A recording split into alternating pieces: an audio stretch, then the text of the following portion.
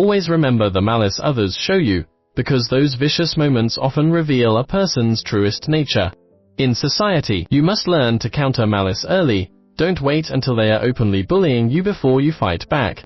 Understand this: kindness can be faked, but malice is always real.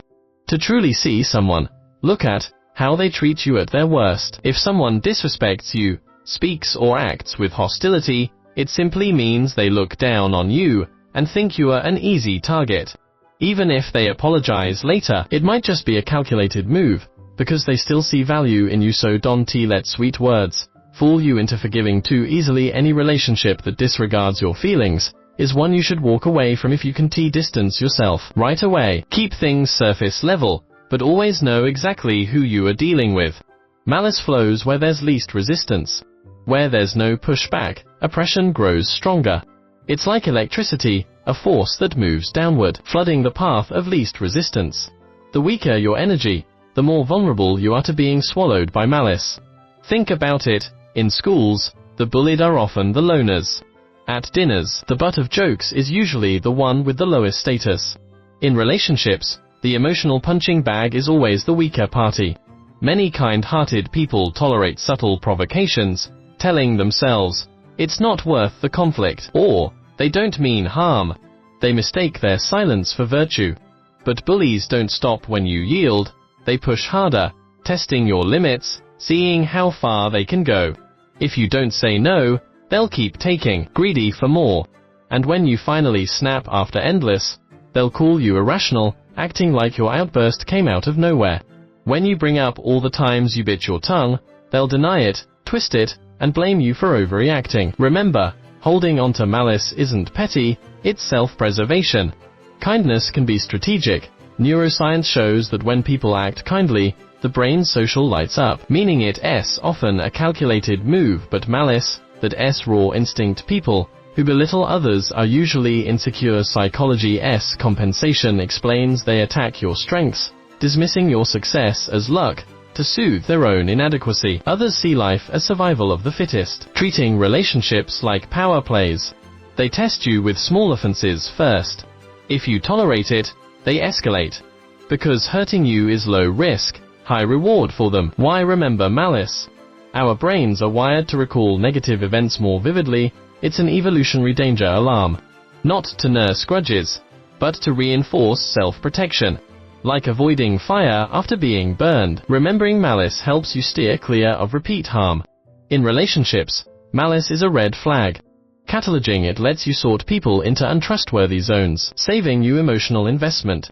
Forgiving malice too easily signals your boundaries are flexible, but remembering forces them to reconsider the cost of crossing you.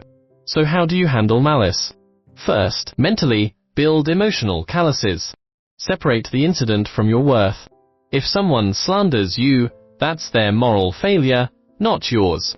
You can accept their apology to avoid drama, but internally, downgrade their trust level. Second, cognitively, keep a malice. Note details: what they did, why, jealousy, control. Turn anger into a study of human nature. Don't let their later kindness make you forget. Third, match the response to the offense. For minor verbal jabs, stay calm but firm: "I don't accept that." Then limit contact. For serious harm, use evidence to defend your rights, making it clear, this is your last chance. For betrayal or attacks, cut ties physically and emotionally. Involve law if needed. Fourth, the advanced move: let malice fuel your growth. These people did you a favor, they exposed risks early. Use that pressure to improve. Got excluded. Hone skills till you are indispensable. Been betrayed. Learn to set boundaries. 3 rules for remembering malice. 1. Don't obsess, review periodically, but don't drown in resentment. 2. Don't stoop to their level. Ignoring trivial slights speaks louder than retaliation. For key players, use rules, not rage. 3. Don't distrust everyone. Distinguish between those who slip up once, maybe just emotional, and habitual malice spreaders. Dump them. Remembering malice isn't about revenge, it's about safeguarding your peace. Think of it as carrying a mirror that exposes hidden agendas. When you build boundaries with these memories, you free up energy for what matters. Let be tuition for wisdom, not chains holding you back. True maturity isn't forgiving everything. It's wisely choosing who deserves your kindness. Here's the truth. Malice doesn't vanish when you yield. It multiplies where it meets weakness. Real maturity means stopping subtle disrespect early, not to become a prickly porcupine, but to show the world your kindness is selective, your boundaries sharp. Strike back reasonably at the first offense, and you'll avoid the trap of exploding later with no way to explain. This isn't pettiness, it's the bare minimum of self-defense. Make sure to hit that subscribe button, give this video a thumbs up, and share it with your friends and family. Thanks a bunch.